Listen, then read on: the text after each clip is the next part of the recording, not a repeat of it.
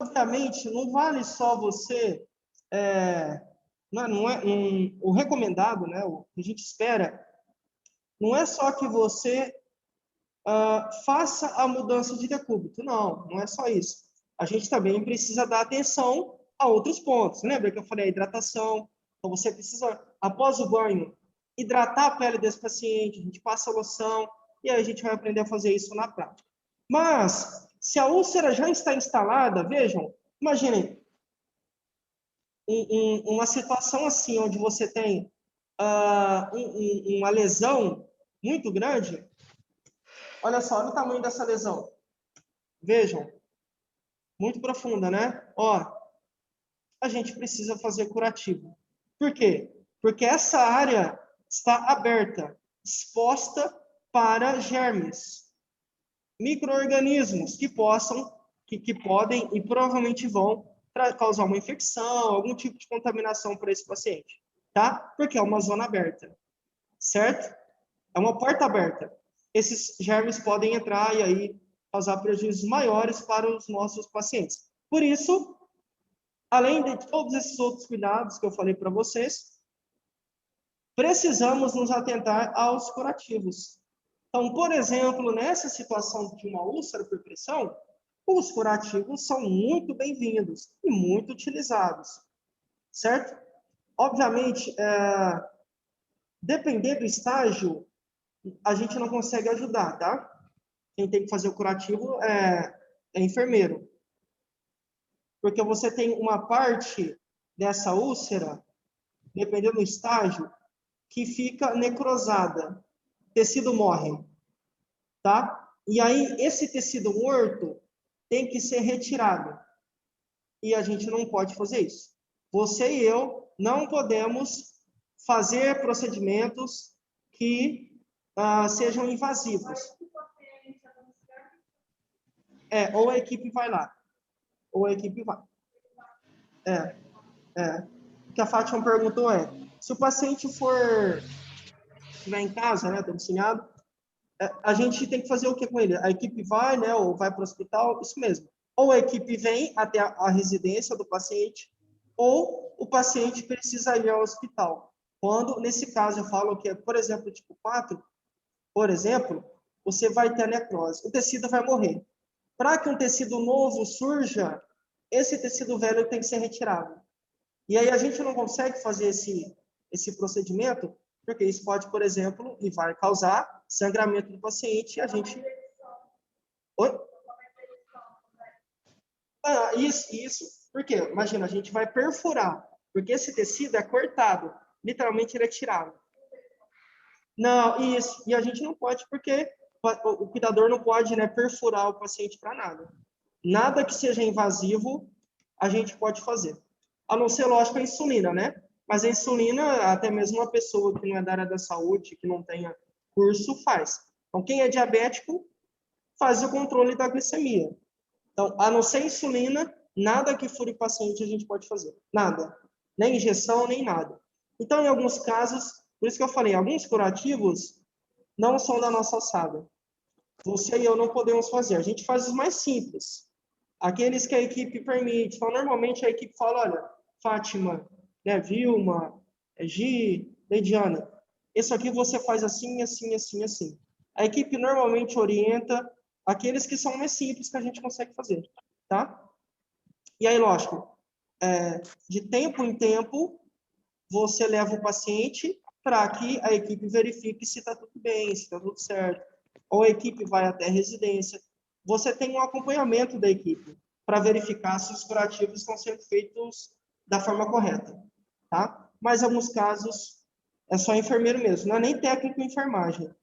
Quando você tem que tirar o tecido morto, que é esse tecido que foi necrosado, especificamente o enfermeiro, para você entender a gravidade que é e como que a gente tem que realmente ter formação. Se nem o técnico faz, né? Se só o enfermeiro, então, não é algo tão simples, porque você coloca a vida do paciente em risco. Imagina, tem uma hemorragia, que você vai cortar um pedaço da pele dele, né? Não é legal, tá? Então, quem realiza esses curativos mais especializados, só a enfermagem, né? Então, não é a gente. Mas a gente consegue sim fazer curativos. Lógico, né, gente? Curativos não são feitos só em úlcera por pressão. O paciente também pode se machucar por outras causas, ou pode passar por uma cirurgia. Tudo isso demanda curativo. Falando sobre os curativos, deixa eu abrir aqui a tela. Acho que vai abrir. Falando sobre os curativos, o que a gente tem que observar?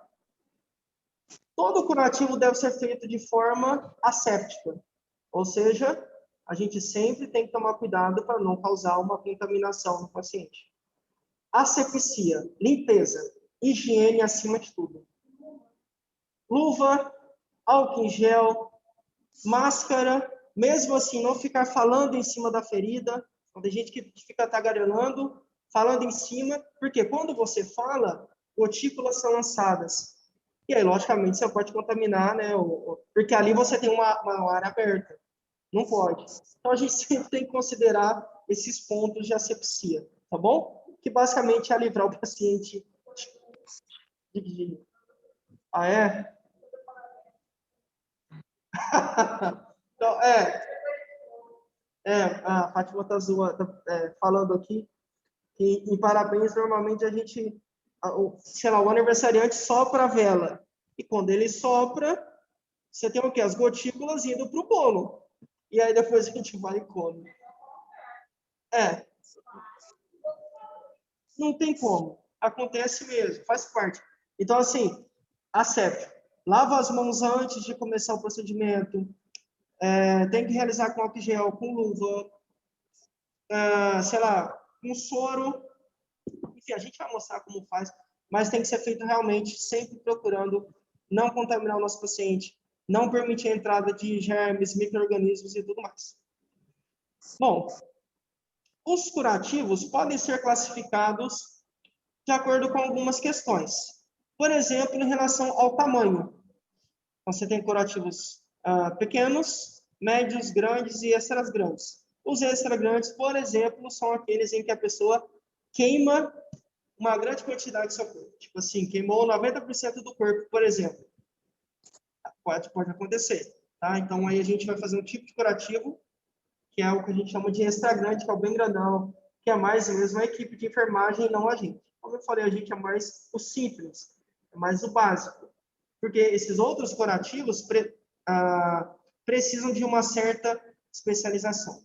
Tem empresas que são especializadas, empresas mesmo, assim, enfermeiros que abrem um negócio só para prestar serviço de curativo, para vocês entenderem que é uma coisa séria, né? Porque quando você realiza um curativo, a ideia é que você proporcione um ambiente agradável, ideal, para que a pele vá se restaurando, né? Se reconstituindo. E muitas vezes a gente tem que ter um olhar um pouco clínico, porque a aparência da lesão, a aparência da pele pode dizer muita coisa, e é o enfermeiro que está mais habilitado para fazer isso. O que mais? Então, tem tipos de curativos também em relação ao tipo mesmo, como o curativo se apresenta. Pode ser um curativo aberto. Lembra quando a gente dá ponto, por exemplo?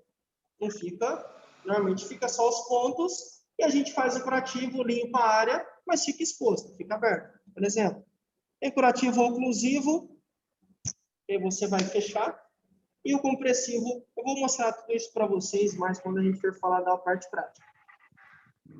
Mas, basicamente, gente, o curativo é isso. Eu trouxe um exemplo aqui para vocês, eu vou deixar na apresentação, que é um enfermeiro mostrando como a gente realiza o curativo em uma úlcera por pressão. E vocês vão ver que não é tão simples. Porque o que eu falei, lembra que eu falei? É muito grave a úlcera, ainda mais se ela estiver no estágio 4, ela compromete muitas camadas do nosso corpo. É uma área muito perigosa que pode causar infecção, contaminação, e aí, em alguns casos, só mesmo o enfermeiro, né, a equipe pode realizar. Mas os mais simples a gente consegue. Se a gente faz até nas crianças de casa, né, é possível sim realizar. Desde que seja feito com segurança, de forma asséptica, de forma séria, minimizando a chance do paciente ser contaminado com algum tipo de germe. E aqui você tem curativo, eu vou mostrar, vou deixar aqui para vocês verem um link de um vídeo. E aí também tem outros vídeos aí que eu deixei para quem quiser saber mais sobre curativo. Deixei aí para vocês. Mas assim, gente, um resumo que a gente precisa, que precisa ficar claro para a gente. As úlceras acontecem, é um fato, tá?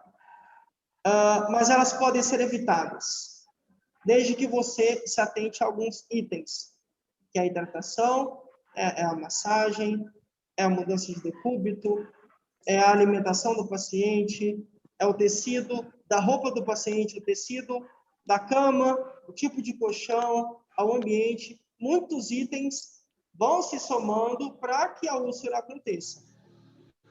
E ela só acontece se a gente não ficar atento. Porque é o que eu falei, ela não abre, a lesão não acontece, né, entre aspas, o buraco, tá? É a lesão. A úlcera não acontece do dia para a noite, não. Ela vai aos poucos, a pele vai aos poucos, né, se rompendo.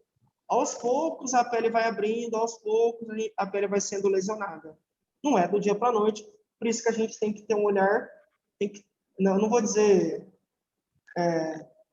você tem que caçar pelo em ovo, né, pelo em ovo, mas a ideia é que a gente sempre observe, sempre verifica. Vai dar banho, verifica.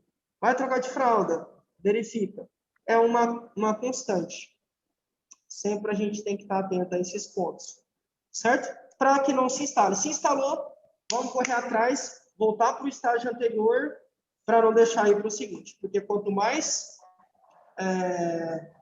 perto ou próximo do estágio 4, pior é. E se chega no 4, aí são 6, 7, 8, 9 meses para recuperação, 1 ano, aí vai. Não é o nosso objetivo, tá? E aí, a revisão da aula é isso, né? Que a gente tem que usar o banho, né? Lembra, tem 3 tipos de banho, novamente. Aspersão, que é o chuveiro. Aspersão com cadeira higiênica, que é o banho de chuveiro, mas com a cadeira, aquela cadeira que eu mostrei. E o banho no leito. Usar o banho, para além de um momento de higienização, como também um momento de verificação. Por quê? Em alguns casos, por conta de um paciente ficar acamado, ficar muito tempo na cama e muito tempo na mesma posição, ele pode desenvolver uma úlcera e não é o nosso objetivo, tá? Então, não é só a mudança de decúbito, não é só fazer massagem, não. É uma questão mais de prevenção mesmo, certo? Tem tratamento, essa é uma notícia boa. Tem curativos, como a gente viu, que dá para ser feito e tudo mais, mas a gente não vai deixar chegar nesse estágio. Não se engane, não é porque está no hospital ou porque está numa clínica que não vai acontecer. Não é, infelizmente não, tá? Acontece também em hospitais, acontece também em clínicas, em casas de repouso, acontece demais, tá? Então a gente tem que ter essa expertise, esse olhar, essa sensibilidade de entender que isso pode acontecer com a gente. Tá bom, meninas? Bom, a gente conseguiu acabar, deu certo. Quem sabe talvez a gente comece a adotar também esse terceiro link para fechar. Vai ficar mais uns 10 minutinhos. Vamos ver. Bom, obrigado pela presença de vocês. Alguém tem alguma dúvida aí do Zoom? Ou a Fátima, né? Lógico. Depois eu ia abrir para você.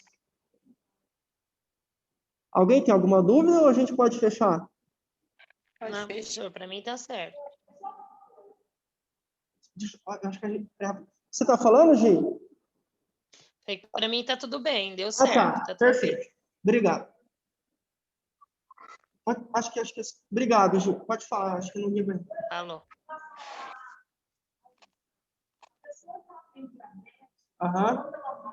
Aham. Pode falar. Isso. Dificulta mais. O que a Fátima disse foi o seguinte, professor, quem é diabético, só de se machucar, demora mais para se recuperar. Sim, por quê? O que acontece? Você tem... Lembra que eu falei que o diabetes complica a circulação, prejudica os vasos que levam sangue. E aí o sangue não chega com qualidade. Chega só uma quantidade menor de sangue, e é o sangue que leva os nutrientes. Ou seja, se você tem uma lesão, um machucado, uma ferida, essa ferida se recupera por meio do quê? Por meio também dos nutrientes. Então, tudo que a gente come se reverte, né, em nutrientes, e aí vai abastecer para que a nossa pele consiga se recuperar. Só que quem é diabético tem problema de circulação. Ou seja, demora muito mais para se recuperar. Então, por isso que eu falei, se o seu paciente é diabético, muito mais atenção, muito mesmo, porque se fizer um machucado, não só úlcera, um machucadinho no pé, enfim, machucados, né, enfim, tudo que possa perfurar a pele, lesionar, né, fazer a ruptura, tem que dar mais atenção, porque a cicatrização é muito difícil. Beleza? Bom, pessoal, obrigado. Fiquem com Deus, então. Deixa eu ver, tem alguém colocou alguma coisa aqui? Deixa eu ver. Briguei. Ah, ótimo, Vilma. Show de bola, então, meninas. Um beijo, fiquem com Deus. A gente se fala semana que vem. Muito obrigado. Tchau.